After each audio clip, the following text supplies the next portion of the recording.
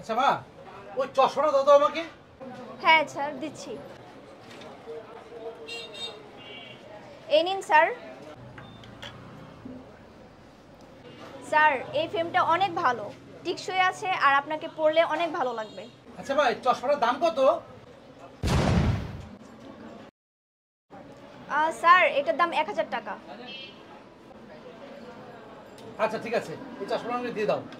Sir তাহলে কি আমি এটা প্যাকেট করে দেব আর আপনি কি ওটা পরে যাবেন? হ্যাঁ মা, তুমি এটা প্যাকেট করে দিয়ে দাও, আমি এটা পরেই যাচ্ছি। ঠিক আছে স্যার, আপনি একটু ওয়েট করেন, আমি এটাকে প্যাকেট করে দিয়ে দিচ্ছি। আচ্ছা ঠিক আছে। এই নিন স্যার। থ্যাংক ইউ স্যার, আবার আসবেন। ঠিক আছে মা, আসি।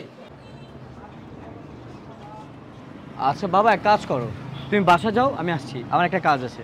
আচ্ছা ঠিক আছে বাবা, তাড়াতাড়ি চলে আসবি। হ্যাঁ আচ্ছা, এই যে বাকি টাকাটা, আপনার তো চশমার দাম 6000 টাকা তাই না? 1000 টাকা বাবা দিয়েছিল, এখানে 5000 টাকা রাখুন। স্যার আপনি এটা কেন করলেন? আসলে আমার বাবাকে আমি অনেক দিন ধরে বলছিলাম চশমা কিনতে, কিনছিল না। এখন যদি দাম বেশি দেখতো কিন্তু না, চলে যেত, তাই এরকম করুন। নেন আপনার টাকাটা রাখুন। আচ্ছা বাবা, তুমি আমার একটা ভালো দেখে কেক দাও তো।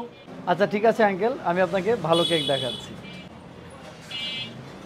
বাহ, আপনার চশমাটা তো অনেক সুন্দর, ফ্রেমটাও বেশ ভালো লাগছে।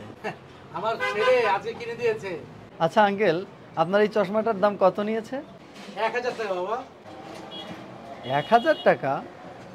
না না আঙ্কেল, এটার দাম তো কমপক্ষে 5 থেকে 6000 টাকা হওয়া উচিত। না না বাবা, আমাকে সাথে নিয়ে গিয়েছে, নিয়ে কিনে দিয়েছে, আমার সামনে টাকা দিয়েছে 1000 টাকা। না না আঙ্কেল, আপনার এই চশমার দাম 5 থেকে 6000 টাকাই, কারণ এর ফ্রেম দেখেই বোঝা যাচ্ছে। আর আমি ফ্রেম দেখেই বুঝতে পারি, কেননা আমি এক সময় চশমার দোকানেই কাজ করতাম। ও আচ্ছা আচ্ছা আচ্ছা। আচ্ছা দাও বাবা, আমার কেকটা দাও। এই নিন। ঠিক আছে বাবা, আসি।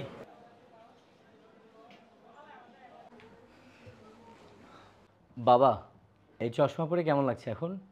হ্যাঁ রে বাবা, এখন অনেক পরিষ্কার দেখতে পাচ্ছি, একবারে পুরো স্বচ্ছ লাগছে। আচ্ছা বাবা, মজার ব্যাপার হয়েছে কি জানিস, আমি যখন তোর চশমা কিনে বাসার দিকে ফিরছিলাম না, তখন আমাদের ওই যে ওই বন্ধুদের সঙ্গে দেখা হয়েছিল, বুঝলি। ওরা চশমাটার ফ্রেমটা দেখে এত পছন্দ করেছে, ওরা অনেক পছন্দ করেছে, এবং ওরা সাথে সাথে বলেছে যে ওদের নাকি 10 পিস লাগবে। তাই এখন আর 10টা চশমা এনে দে না বাবা। কিন্তু বাবা, 10 পিস চশমা তো আসলে অনেক দেরি হবে তো। ও আচ্ছা আচ্ছা আচ্ছা আচ্ছা, কোনো সমস্যা নেই বাবা, একটু লেট হোক কদিন, কোনো ব্যাপার না, ওরা বলছে একটু দেরিতে হলেও চলবে। কিন্তু বাবা, আসলে চশমা দেওয়া যাবে না। এই চশমার দাম 6000 টাকা। কিন্তু বাবা, তুই যে বললি চশমাটার দাম 1000 টাকা, তাহলে আমার সাথে মিথ্যে কথা কেন বললি? আসলে বাবা, আমি মিথ্যে বলেছি। আমি যদি সত্য কথা বলতাম তাহলে তুমি নিতে না। শোন বাবা, আমি আজকে বিকেলে যখন কেক কিনতে গিয়েছিলাম ওই যে আমাদের আবিরের দোকানে, তখন সে ফ্রেমটা দেখেই বললো আমাকে যে আঙ্কেল, এত দামি ফ্রেম পড়েছেন, কত দিয়ে কিনেছেন? তখন আমি যখন তাকে বললাম 1000 টাকা, সে খুব আশ্চর্য হয়ে গেল। বললো আঙ্কেল, আমি চশমা দোকানে কাজ করেছি, আমার ধারণা আছে এটার দাম 1000 টাকা না, এটার দাম 5 থেকে 7000 টাকা হবে। তখন আমি খুব আশ্চর্য হয়ে গেলাম, আমার ছেলে আমার সাথে কেন মিথ্যা কথাটা বললো। বাবা, আমি মিথ্যে বলবো না তো কি করব বলো? আসলে আমি আজ কয়েকদিন ধরে বলতেছি তোমাকে, তুমি চশমা কিনতে যাও। যখন তোমার চোখ থেকে পানি পড়ে তখন তুমি চশমাটা খুলে মুছো। আমার দেখলে খুব কষ্ট লাগে। আচ্ছা বাবা, বলো তো, তুমি তো আমাকে ছোটোবেলা থেকে মানুষ করেছো, আমাকে লেখাপড়া করালে, তো আমি কেন তোমার জন্য করব না? আর এমন তো না যে আমার কাছে টাকা নেই, আমার কাছে তো টাকা আছে, তাহলে আমি তোমাকে কিনে দেবো না কেন বলো? তোমাকে বললে তুমি কি করতে?